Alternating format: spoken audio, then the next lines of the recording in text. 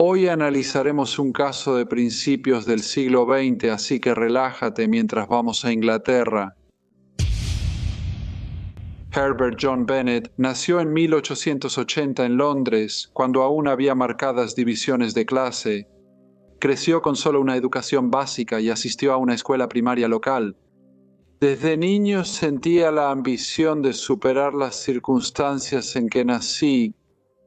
Su aspiración no era por amor al aprendizaje, sino por querer parecer refinado y pertenecer a un mundo social distinto al suyo. A los 16 años empezó a compensar su falta de educación e interesarse por el baile y la música, creyendo que, de alguna manera, esto podría servirle como un camino hacia el respeto y la oportunidad. Imaginaba que la habilidad en el piano o en la pista de baile podría abrirle puertas, que habían sido cerradas por las circunstancias de su crianza, y era evidente que quería ser visto como un joven exitoso, aunque no lo era. En ese tiempo conoció a Mary Jane Clark, una joven profesora de piano algo mayor que él. Admiraba su talento musical y pensaba que ella simbolizaba la sofisticación y estatus social que buscaba. Él hablaba con ella siempre que podía, contándole sus planes y la vida que le ofrecía. Después empezaron a salir y ella quedó embarazada. En ese momento, las normas sociales esperaban firmemente que una pareja en esta situación se casara rápidamente, tanto para proteger la reputación de la mujer como para legitimar al niño. Como resultado, se casaron poco después, pero trágicamente el bebé nació muerto. No mucho después de casarse, Mary Jane comenzó a darse cuenta de que las promesas de Herbert sobre riqueza y un estilo de vida elevado eran ilusiones que nunca se materializarían. Para pagar la renta, él aceptó varios pequeños trabajos, cambiando rápido de uno a otro. Trabajó como asistente y empleado de tienda, cumpliendo tareas, pero nunca permanecía lo suficiente para lograr estabilidad. Se sugirió que al recibir pagos de clientes no siempre los registraba correctamente. Herbert finalmente consiguió trabajo vendiendo máquinas de coser, donde su habilidad persuasiva le generó buenas comisiones. Pero había dudas sobre la legitimidad de algunas de sus ventas, y después de un tiempo fue despedido y se cambió a otro tipo de trabajo. Incluso puso su propia frutería, pero esta fue misteriosamente destruida por un incendio. El pago del seguro fue menor de lo esperado, lo que lo decepcionó y lo llevó a buscar otra forma de ganar dinero. Continuó con este patrón de empleos breves y movimiento constante de un trabajo a otro. La joven pareja vivió un tiempo con la abuela de María Juana. Era una mujer de pocos recursos, con un reloj viejo y una cadena de plata que prometió a su nieta tras su muerte. Cuando falleció, los objetos se heredaron, pero no mejoraron la seguridad financiera ni la felicidad de la pareja. Y con el tiempo, la devoción juvenil de Herbert hacia su esposa dio paso a la irritación y la crueldad. La culpaba por limitar sus ambiciones y la sometía a abuso verbal. A pesar de esto, en 1898 Mary Jane dio a luz a una niña, a quien la pareja llamó Ruby. Buscando oportunidades, Herbert se hizo llamar Mr. Hood y llevó a su esposa e hija a Sudáfrica. Sin embargo, esta aventura fue de corta duración. Encontró el clima del país demasiado difícil y regresó a Inglaterra a los pocos días de volver a Londres. La pareja se separó efectivamente. Herbert se alojó en Bexley Heath, pero su trabajo en Woolwich le quedaba muy lejos. Con esa excusa se mudó a Woolwich y se hizo pasar por soltero. Solo visitaba a su esposa ocasionalmente y le daba apenas lo suficiente para los gastos básicos. Pensaba que su vida estuvo marcada por una ambición insatisfecha. Esto, sumado a sus fracasos e impaciencia, lo volvió más dependiente de medios engañosos para ganar dinero. En Woolwich, Herbert se mostró como un joven exitoso y se integró fácilmente en distintos círculos sociales. Pronto se interesó en Alicia Meadows. Adoptó un aire encantador y ambicioso, usando su identidad para impresionarla a ella y a su entorno, mientras ocultaba la verdad sobre su esposa e hijo. Hablaba con confianza sobre sus viajes al extranjero, especialmente su breve estancia en Sudáfrica, tema de interés por la guerra Boer en curso. Y las historias sobre sus aventuras parecían fascinar a Alicia, quien había pasado toda su vida en Londres en el verano de 1900. Después de conocer a la familia de Alicia, Herbert sugirió que él y Alicia se fueran juntos de vacaciones de verano a Great Yarmouth, un pueblo costero que él afirmaba conocer bien de una visita anterior. Alicia aceptó, pero como no estaban casados, pidió ocupar habitaciones separadas. Herbert escribió a una casera para reservar habitaciones para él y Alicia, pero al estar llena la casa de huéspedes, consiguió cuartos en el Hotel Crown and Anchor. Viajaron allí en tren en un compartimiento de primera clase y llegaron el 4 de agosto. Durante la semana, Herbert se mostró como un joven considerado, bien educado y cuidó su apariencia, asegurándose de ser atento con Alicia tanto en público como en privado. Como siempre, hablaba de sus planes, supuesta riqueza, conexiones y la propiedad que decía heredaría. Para Alicia, empleada doméstica humilde, estas promesas eran muy atractivas. La idea de estar con un hombre que pudiera darle la esperanza de seguridad y una vida más allá de sus modestas circunstancias la llenaba de emoción y expectativas. Regresaron de sus vacaciones el 11 de agosto y 3 días después se comprometieron. Herbert casi no veía a su esposa, pero la pensión que le daba permitía a María Juana vivir sin trabajar tiempo completo. Podía mandar parte de su ropa sucia a una lavandería cercana, aliviando su carga diaria. Herbert no tenía problemas económicos, ya le había regalado anillos a su esposa y nunca le pidió que los devolviera, y se creía que tenía una fuente de ingresos adicional además de su salario, ya que le habría resultado muy difícil mantener un hogar aparte, llevar a cabo un cortejo costoso y mantener a su esposa, su bebé y su prometida solo con su sueldo. Tras comprometerse, Herbert fue a Bexley Heath a ver a Mary Jane y le pidió viajar a Great Yarmouth con su hijo. Ella aceptó y él le indicó ir al Rose Inn y tomar una habitación. Mary Jane, emocionada por ir a la costa, se fue ese día y se hospedó allí. El lugar lo administraba la señora Rudrum, quien por pedido de Herbert usó el nombre señora Hood. La señora Bennet, ahora señora Hood, era muy tranquila y reservada. No hablaba muy a menudo, especialmente con personas que acababa de conocer, y siempre parecía estar contenta en compañía de su hijo. Al salir solía llevar una cadena de plata larga y un reloj. Un día, caminando por la playa, un fotógrafo local la convenció de tomarse una foto tipo tintype con su hija. Un tintipe era una foto sencilla en una lámina de hojalata, popular por ser barata, rápida y fácil de conseguir con fotógrafos callejeros o de playa. Mary Jane aceptó, ya que no tenía una fotografía de ella y Ruby, y una vez que se la tomaron, colocó la foto en su habitación. La casera, la señora Rudrum, no sabía mucho sobre la señora Hood. Ella no recibió carta de presentación ni sabía que llegaría a la pensión hasta que llegó. Aunque lo intentó, la señora Rudrum vio que Mary Jane era muy difícil de tratar. Una mañana llegó a la pensión una carta en sobre gris azulado con matasellos de Woolwich para la señora Hood. La señora Rudrum dio la carta a Mary Jane sin comentar y sin darle importancia. El sábado por la noche, el 22 de septiembre, Mary Jane acostó a su hijo antes de prepararse para salir. La señora Rudrum aceptó cuidar a Ruby y tras ponerse la cadena y el reloj salió de la casa de huéspedes. Luego la vieron paseando cerca del ayuntamiento, junto a la estación de tren. Parecía que esperaba a alguien que llegaría en tren desde Londres. María Juana se reunió con un hombre y después los vieron juntos en una taberna del pueblo. Después de irse, los vieron ir hacia South Beach. La playa era una franja descuidada de arena y pasto, visitada por parejas que buscaban privacidad. Entre las dunas había depresiones que ofrecían refugio y la pareja fue hacia una.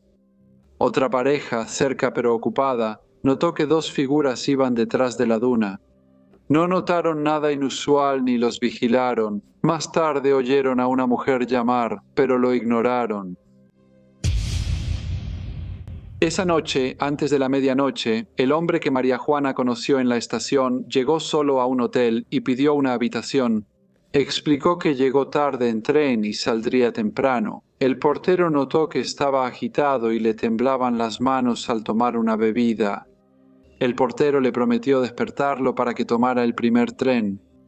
El domingo 23, un bañista encontró el cuerpo de una joven en la playa sur. Un cordón apretaba su cuello y la policía fue alertada enseguida. Los oficiales llegaron rápido, acordonaron el área, recopilaron observaciones iniciales y supervisaron el traslado del cuerpo a la morgue para un examen detallado. Nada indicaba quién era la joven ni cómo llegó ahí. Great Yarmouth estaba lleno de visitantes y la playa atraía a muchos, sobre todo al anochecer. Al principio se creyó que fue víctima de un encuentro fortuito, idea que persistió aún comenzada la investigación. La señora Rudrum, al saber del hallazgo y notar que su inquilina no volvió, fue a la policía y pidió ver el cuerpo. La acompañaron a la morgue y pudo confirmar que la joven fallecida se había estado hospedando en su casa de huéspedes y le había dicho que su nombre era la señora Hood. Aún tenía los anillos, pero la cadena de plata y el reloj ya no estaban.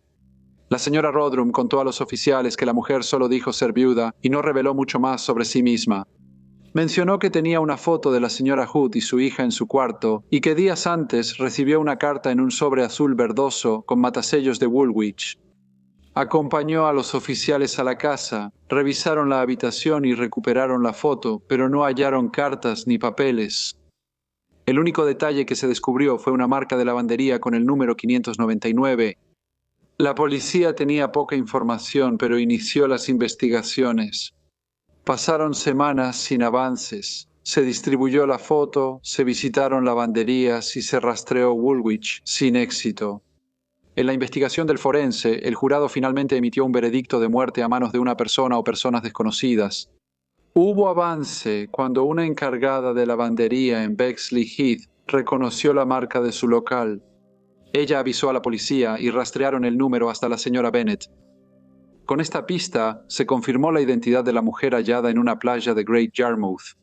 Se descubrió que aunque se presentó como viuda, en realidad estaba casada y separada de su esposo. La policía habló con su casero, quien confirmó que antes recibió muchas cartas para ella en sobres azul verdoso. Con toda esta nueva información, la policía centró su atención en su esposo, el señor Herbert Bennet. Se examinaron sus movimientos y se descubrió que había estado viviendo en Woolwich y que ahora estaba comprometido con otra joven. Se reveló que no durmió en su alojamiento la noche del 22 de septiembre. Sus compañeros dijeron a los oficiales que él leía sobre la misteriosa muerte en los periódicos y luego la discutía con ellos, opinando sobre cómo alguien que cometió un acto terrible podría evitar ser detectado. 2 detectives visitaron al señor Bennet y le pidieron que fuera a la estación de policía para interrogarlo sobre la muerte de su esposa. En la entrevista, Herbert Bennet negó haber estado en Great Yarmouth. Los oficiales le informaron que tenían información que contradecía esa afirmación y le recordaron que habían hablado con la señorita Alice Meadows. Pero el señor Bennet seguía diciendo que nunca había estado en la ciudad. En su declaración a la policía, la señorita Meadows no ocultó el viaje. El dueño y el personal del Crown and Anchor confirmaron que él se hospedó ahí al ver su foto. La policía revisó la casa del señor Bennet y halló objetos que le llamaron la atención. Había un reloj de plata de mujer con cadena, un recibo del Crown and Anchor de agosto, una peluca, un bigote postizo y muchas cartas de Alicia. La colección de pertenencias sugería una planificación cuidadosa y daba a entender que él había estado en Great Yarmouth, a pesar de que lo negó. Durante la investigación, la atención se centró en varias pruebas circunstanciales. Había una foto tomada por el fotógrafo de la playa poco antes de la muerte de la señora Bennet, donde ella usaba la cadena de plata. La casera afirmó que la señora Bennet llevaba la misma cadena cuando salió la noche que fue vista con vida por última vez. Testigos que la vieron cerca del ayuntamiento esa noche recordaron que tenía la cadena cuando hallaron su cuerpo, pero después ya no estaba. Con las pruebas, Herbert John Bennet fue acusado de asesinar a María Juana Bennet y sería juzgado por el crimen. El juicio inició en febrero de 1901 ante el Lord Jefe de Justicia Alverston y Herbert fue defendido por el abogado Eduardo Marshall Hall. Aunque el caso debía juzgarse en Norwich, Eduardo Marshall Hall argumentó que el señor Bennet no tendría un jurado imparcial ahí. Por estas razones, el juicio se trasladó al Old Bailey en Londres. Al preguntarle cómo se declaraba, Herbert Bennet respondió: «No culpable». La señora Emma Elliston, casera de los Bennet a principios de 1900, fue una de las primeras testigos. Ella declaró ante el tribunal que escuchó al señor Bennet decirle a su esposa que no quería seguir viviendo con ella y que ambos debían buscar otro lugar. La señora Elliston contó que la señora Bennet aceptó seguirlo por el bien del bebé y le advirtió que podría causarle problemas si no tenía cuidado. 15 años. Dijo que el señor Bennet se enojó y gritó: «Ojalá estuvieras muerta. Si no tienes cuidado, pronto lo estarás». En su testimonio, la señora Elliston reconoció un broche y un reloj de plata de la fallecida, y luego tomó la cadena en sus manos y notó que había un pedazo de algodón que ella misma había atado a la cadena. Tras el incidente con el bebé de la señora Herbert, la señora Pankhurst de Woolwich, en cuya casa se hospedó el señor Bennet, haciéndose pasar por soltero, fue la siguiente en testificar. Ella dijo que el señor Bennet prometió recordar su cumpleaños el 22 de septiembre, pero no estuvo en la casa de huéspedes ese día y no lo vio hasta la semana siguiente. Su nieta declaró que la mañana del 23 de septiembre fue al cuarto del señor Bennet y notó que su cama no estaba usada. Sin embargo, dijo que a veces pasaba la noche afuera. Se invirtió tiempo en comprobar si la cadena hallada en el cuarto de Bennet era la que Mary Jane usaba al morir. El señor Marsetts, gerente de joyería en Londres, comentó que la cadena de la foto ampliada en la playa se parecía en ciertos aspectos a la real, pero difería en otros. Dijo que no estaba al tanto de cómo la luz podría alterar la apariencia de la cadena. En una foto, los fotógrafos señor Pyle y señor Percy Lancaster dudaron que la cadena mostrada en la playa fuera la misma presentada en la corte, y ninguno pudo afirmar con certeza que ambas fueran idénticas. Cuando Alice Meadows subió al estrado, la sala murmuró. Ella contó su relación con el señor Bennet, asegurando que creía que él no estaba casado. Ella describió las historias que él le contaba sobre su pasado, su carrera y sus viajes, que dijo haber encontrado notables. En ese momento, ella declaró al tribunal que él le dio un anillo y acordaron casarse en junio. Al preguntarle si estuvo con él en Great Yarmouth, respondió que sí, en agosto pasado, y luego relató una historia extraña. Dijo que Herbert le comentó que podría verla el fin de semana del 22 y 23 de septiembre. Su abuelo estaba enfermo y debía viajar a Gravesend para visitarlo. Comentó que al caminar por Hyde Park el 23 por la tarde con una amiga, se topó inesperadamente con Herbert. Ella dijo al tribunal que él estaba sorprendido, pero explicó que su abuelo mejoró y pudo dejarlo. Agregó que ese día no usaba su ropa habitual de los domingos y que, aproximadamente una semana después, le dio ropa que, según él, era de un primo que se mudó de Inglaterra a Estados Unidos. Viéndose bastante seria, Alicia dijo entonces que solo se enteró de que él en realidad estaba casado y que la ropa había pertenecido a su esposa fallecida después de que él fue arrestado. En este testimonio, el señor Bennet miraba hacia abajo y lucía menos sereno que antes. En el juicio, varios testigos relataron los movimientos del señor Bennet en Great Yarmouth. El hotel confirmó su estancia y testigos lo vieron en una taberna con Mary Jane la noche que ella murió. Un testigo, el señor Sholto, contradijo esas afirmaciones. Douglas declaró que se encontró con el señor Bennet el 22 de septiembre por la tarde mientras paseaba y que Bennet le habló de su trabajo en Woolwich. Interrogado por la fiscalía, el señor Douglas afirmó no dudar que el hombre que vio era el señor Bennet. Se llamaron a 30 testigos y el juicio duró 6 días, concluyendo la noche del sábado 2 de marzo cuando el jurado fue a deliberar. No tardaron mucho. En menos de una hora regresaron e informaron al tribunal que hallaron culpable a Herbert John Bennet por asesinar a su esposa. El juez lo sentenció a muerte y ordenó su traslado a la cárcel de Norwich, en Norfolk, para la ejecución.